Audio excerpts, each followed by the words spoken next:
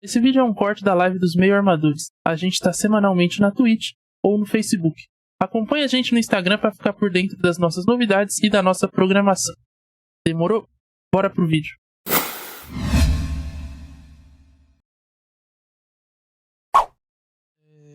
Mas é isso, né, Cássio? Primeiro eu queria saber de você. Gostou do sorteio? Teremos grandes jogos? O que você achou? E qual que é a sua primeira avaliação aí desse sorteio? Gostei do sorteio, acho que teremos jogos equilibrados. Pelo que o sorteio, não vejo nenhum time assim com uma vantagem sobre o outro a ponto de dizer que já entra classificado.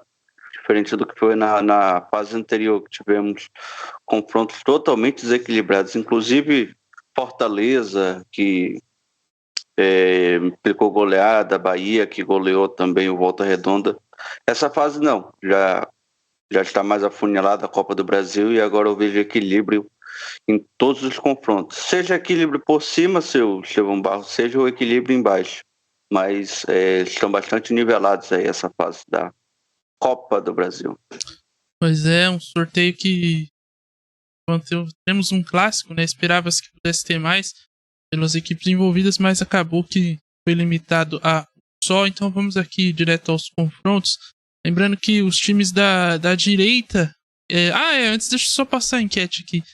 Tá. Qual pra você aí o melhor desses confrontos aí? Qual que é o mais que te interessou? Qual que é o mais que brilhou os seus olhos? A gente colocou aqui 4 opções dentre as equipes daqueles que a gente confronta, que a gente avaliou aqui enquanto o Galvão falava, que a gente acha que podem render aí emoção e você terminar a sua noite com um princípio de ataque cardíaco. Então, a gente colocou aqui Fluminense e Flamengo, pela rivalidade e pelo que tem jogado, né, principalmente o Fluminense, até pela história recente do Carioca e da Taça Guanabara. O Fluminense levou ambos. Palmeiras e Fortaleza, que são um jogo muito interessante aí pela bola. Não tem tanta rivalidade, mas em nível de futebol, acho que é um dos confrontos aí dos mais interessantes, se não o mais interessante. Atlético Mineiro e Corinthians, que são duas equipes em baixa, mas que, né, pode acontecer de tudo aqui, inclusive nada. A gente colocou. E Sport São Paulo, Sport que é uma surpresa nesse início de ano, faz um início de temporada muito bom, foi campeão pernambucano invicto. Pode conquistar a Copa do Nordeste aí nessa semana também. Ainda não estreou, é verdade, na Série B devido a questões de calendário, mas é um dos melhores ataques do país e tem um time muito organizado. Jogar na Ilha do Retiro é complicado. E São Paulo vai decidir em casa, o que pode ser uma vantagem. A equipe tricolor vem oscilando bastante. Agora com o Dorival Júnior as coisas tendem a se acalmar um pouco. E é um desses outros confrontos aí que podem, enfim, trazer emoções. Então você pode aqui deixar o seu voto, a sua opinião, o seu comentário, a sua mensagem, o seu like no vídeo, principalmente. Se você ainda não é inscrito, se inscreva. Esses são a nossa enquete aí. Os confrontos, então, além desses 4 já citados, nós temos América e Internacional. O Internacional decide em casa, Atlético Paranaense e Botafogo, Santos e Bahia, um jogo equilibrado, mas por baixo. E por fim, o Grêmio e o Cruzeiro, o jogo que reúne os maiores campeões da Copa do Brasil nas oitavas de final. Um deles ficará no caminho, Cássio Ângelo. Qual desses jogos, então, foi o que te mais agradou aí? Qual que você é o que mais espera, está mais ansioso para ver?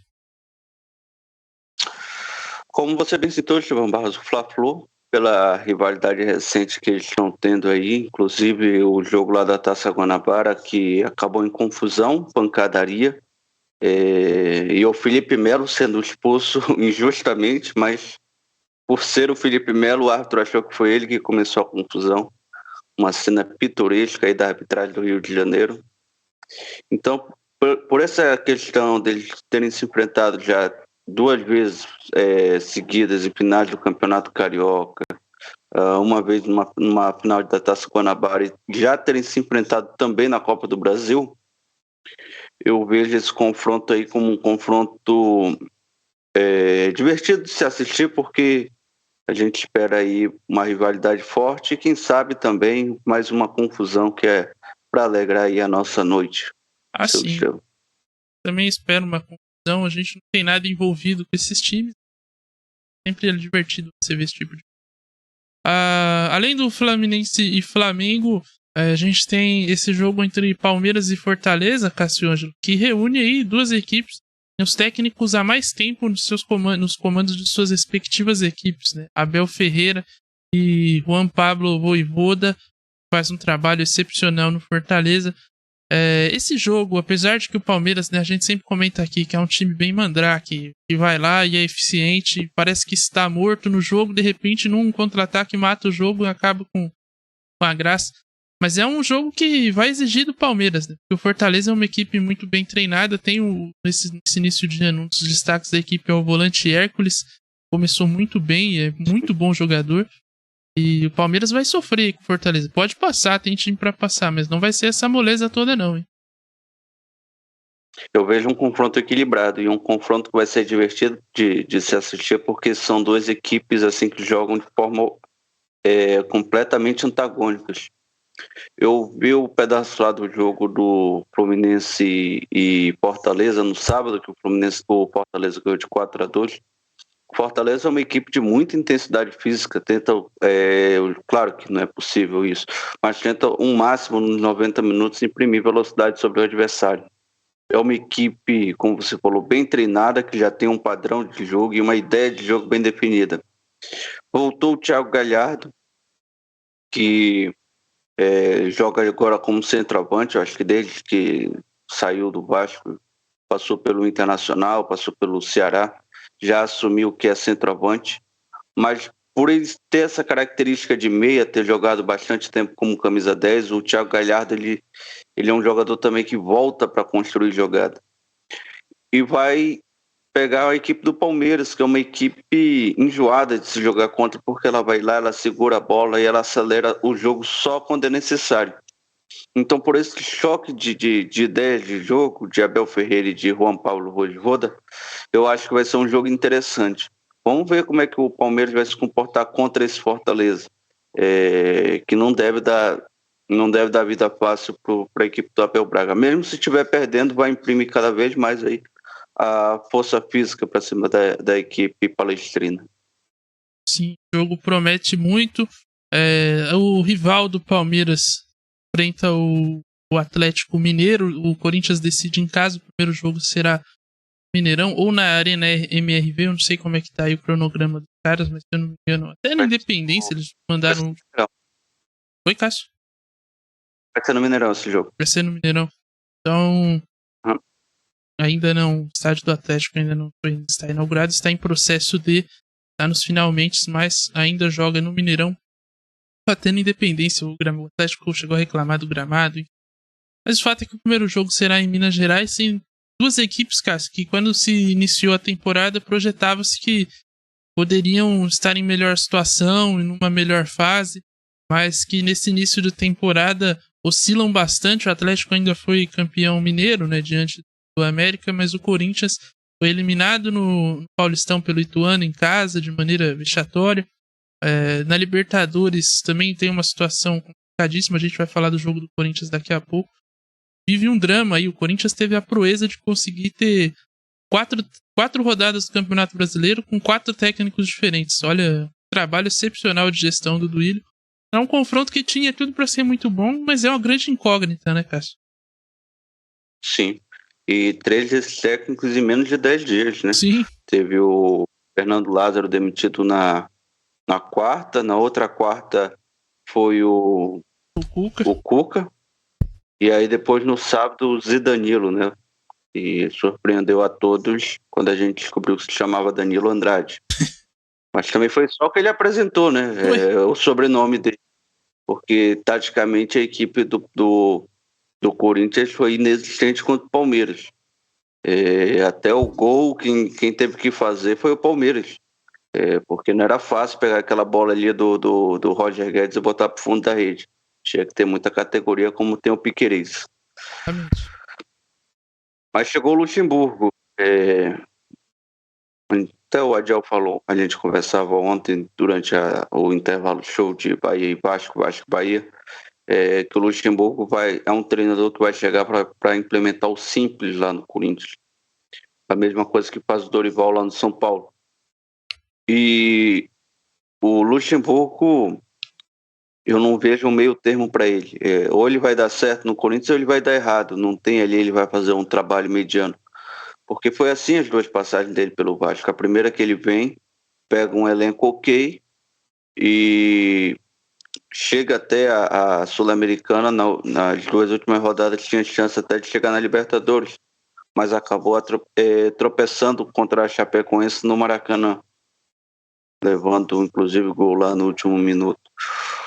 Aí depois, na segunda passagem já dele pelo Vasco, e é algo que eu vejo semelhante com o momento do Corinthians, era que era um vestiário muito difícil de trabalhar. Você já não tinha o volante colombiano que passou lá pelo Vasco, Fred Guarín, que era o líder daquele elenco. Você já tinha um elenco rachado com o grupo do Leandro Castan para um lado, Iago Pikachu e Germancano. Então ele não conseguiu fazer aquele bom trabalho, não conseguiu tirar a equipe da Série B, justamente por causa disso. E é uma situação semelhante que ele vai encontrar no Corinthians, vai encontrar uma resistência por parte do elenco. Então isso faz com que o Corinthians chegue com uma incógnita, tanto para o jogo de hoje quanto para esse jogo contra o Atlético Mineiro. O Atlético Mineiro, no sábado, fez um jogo até interessante contra o Atlético Paranaense.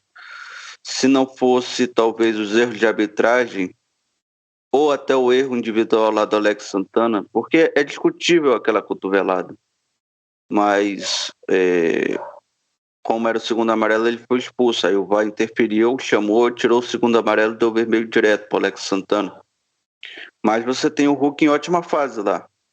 E a Andoré que faz verão, mas taticamente também a equipe do Atlético ainda não se acertou. Era muito cruzamento na área, a gente viu isso no jogo contra o Vasco, no jogo também contra o Santos e agora no jogo contra o Atlético Paranaense. É muito cruzamento na área, inclusive contra o Brasil de Pelotas, que era um adversário mais frágil. O Atlético Mineiro não tem essa dificuldade de finalizar. Então, vai ser um jogo divertido de se assistir, mas eu não espero muitos gols de ambas as equipes, não. O Atlético Mineiro por essa dificuldade em finalizar e o Yuri Alberto por estar vivendo uma fase tenebrosa lá na equipe do Parque São Jorge. Sim, né? O Yuri Alberto não marca aí desde acho que do jogo contra o Santos na Vila Belmiro, na penúltima rodada do Campeonato Paulista, jogo qual fizemos aqui. Exatamente. Ele marcou 2 gols naquela partida, mas desde então desapareceu. E do... só no que fez esse jogo foram 3 gols do Yuri Alberto, né? Um foi mal anulado, inclusive. Verdade. Pelo VAR. Mais uma. Ele chegou a fazer 3, mas um foi anulado. Acho que desde então ele ficou revoltado com o VAR e decidiu não fazer gols mais. E um sinal de protesto aí ao futebol brasileiro. Acho que é isso. E conversar com ele, talvez, para ver se ele não dá uma segurada no seu ativismo político contra o VAR. Mas ainda nós temos aqui na nossa enquete para fechar, Cássio, o jogo entre Sport e São Paulo. Sport vem no início de ano muito bom. Começou fazendo muitos gols, a equipe do Anderson Moreira, né, chegou à final da Copa do Nordeste, perdeu o primeiro jogo contra o Ceará, é verdade, mas tem tudo para virar o jogo na volta na Ilha do Retiro. Foi campeão pernambucano de maneira invicta, ainda não estreou na Série B por causa do calendário do Campeonato Pernambucano, que é uma zona, mas tem tudo para subir também, uma equipe que vai brigar pelo acesso aí, até pelo título, eu diria, pelo que mostrou nesse início de ano. E do outro lado, o São Paulo, e como você já citou aí, tem o Dorival que corre contra o tempo aí para implementar o simples no São Paulo. É um confronto equilibrado ou você vê um leve favoritismo para a equipe do Sport pelo momento que vive? Eu não vejo um leve favoritismo para a equipe do Sport, eu vejo o equilíbrio só por uma questão. A defesa do Sport ainda é uma defesa muito frágil. A gente viu o jogo contra o Coritiba, que não tem lá o melhor dos ataques, com o Aleph Manga e o Dada Belmonte, e acabou sofrendo muito, inclusive gols similares lá. Foi um dos melhores jogos da última fase da Copa do Brasil, foi o 3-3 contra o Sport Curitiba. E por causa dessa fragilidade defensiva que o Sport tem, e por enfrentar uma equipe de Série A, que é uma equipe com jogadores de melhor qualidade técnica, como Caleri, pode David, Marcos Paulo, que está voltando aos poucos à sua melhor fase. Também tem um garoto Wellington Rato, que fica no banco. Então, eu vejo esse confronto equilibrado por causa disso. Como você falou, o Sport era um candidato a subir. Teve aquele problema lá na Ilha do Retiro por 2 vezes. Isso acabou atrapalhando um pouco. A torcida muito exaltada do Sport. Confusão contra o Cruzeiro, confusão contra o Vasco. E esses fatores acabaram interferindo. O Sport poderia ter brigado muito mais para subir do que brigou. Mas visto o nível da Série B, um dos fortes candidatos ao lado da própria equipe do Guarani, que também fez um bom campeonato paulista e se reforçou muito bem para jogar a Série B. Mas como você falou, a equipe do Sport está vivendo aí o seu melhor momento, inclusive o Wagner Love em excelente fase, tanto na fase técnica quanto na fase de liderança, é o líder dessa equipe do Sport. E em outro lado tem o São Paulo, que está se ajeitando. O Dorival está tendo que trocar aí o pneu com o carro andando. Inclusive, como a gente projetava do primeiro jogo que nós fizemos aqui nos Meio Amadores entre América e São Paulo, que o São Paulo venceu, mas mostrou algumas fragilidades. E com esse pouco tempo de trabalho que o Dorival tem, a equipe vai oscilar muito. Por isso vai se tornar um confronto tão equilibrado São Paulo Sport, na minha visão, Sr. Estevão Barros. Bom, realmente será interessante. Dos outros 4, Cássio Ângelo, América Internacional, você acha que vai ser um jogo ruim tecnicamente pelo momento das equipes? O América até faz bons jogos, né? A gente fez aqui o jogo contra o São Paulo, a equipe foi bem no último fim, mas no resultado foi mal, tomou gols ali, principalmente o terceiro, né? Gol já de churrasco, né? E a equipe com dificuldade para finalizar. Contra o Santos, ela conseguiu fazer 2, até merecia um empate, mas enfim, o Santos conseguiu sair vitorioso. A equipe, em termos de bola, apresenta um bom futebol, mas os resultados não aparecem, né? Tem dificuldade em colocar a bola na casinha. Não venceu no Campeonato Brasileiro, e o Internacional, do outro lado, também vence, mas não convence, né? Então vai ser um jogo nivelado por baixo. Vai ser um jogo muito difícil de se assistir.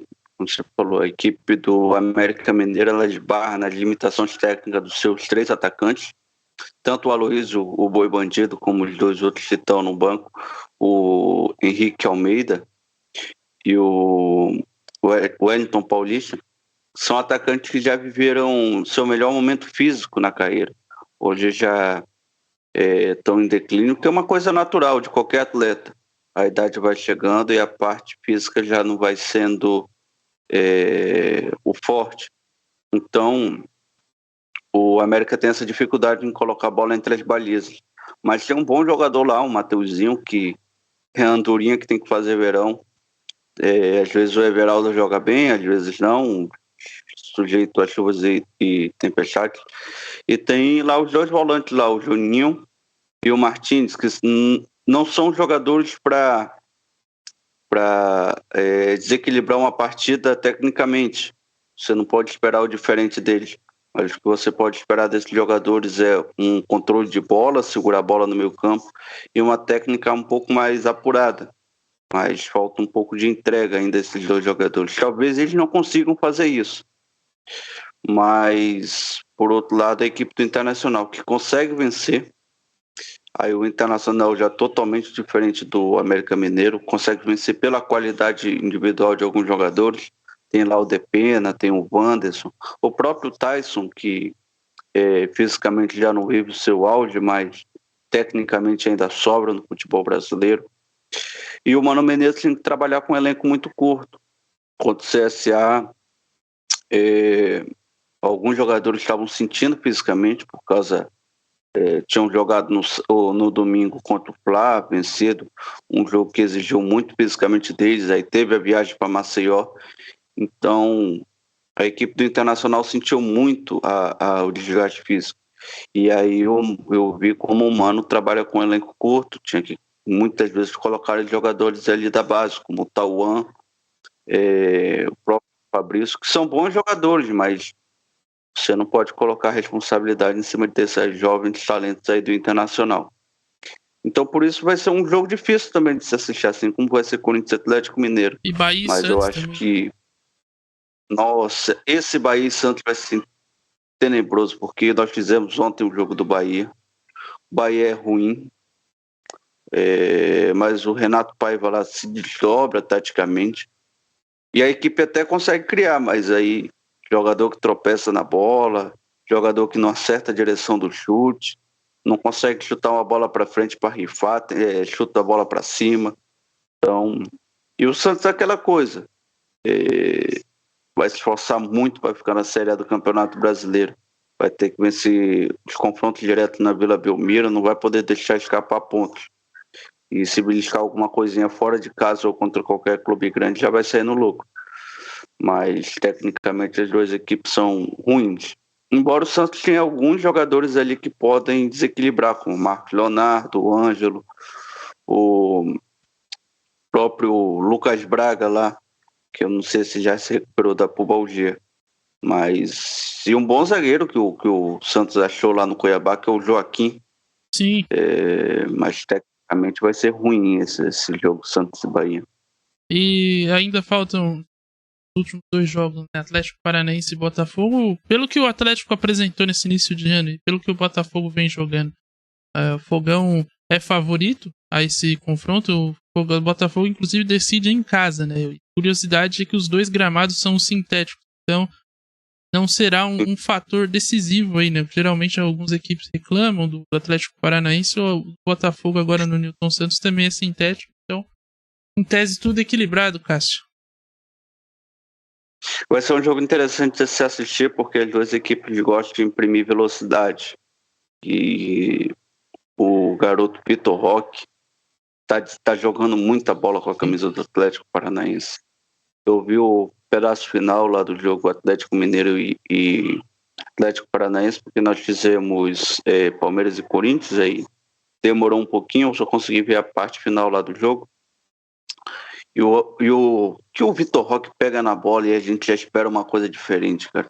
Como é legal ver o Vitor Roque jogar, porque ele é um jogador acima da média. Ele pegou uma bola lá, pareceu uma jogada morta, porque tinha 3 defensores em cima dele. Ele botou velocidade, levou pro lado e bateu firme para descontar lá pro Atlético Paranaense, que só não empatou o jogo por essa questão que eu falei, a expulsão do Alex Santana.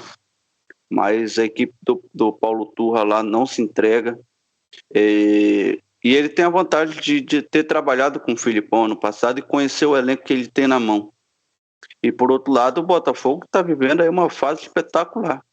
Então, por isso, vai ser um jogo interessante de se ver. Mas futebol por futebol, hoje, dia 2 de maio de 2023, o Botafogo entra como ligeiro favorito contra o Atlético Paranaense.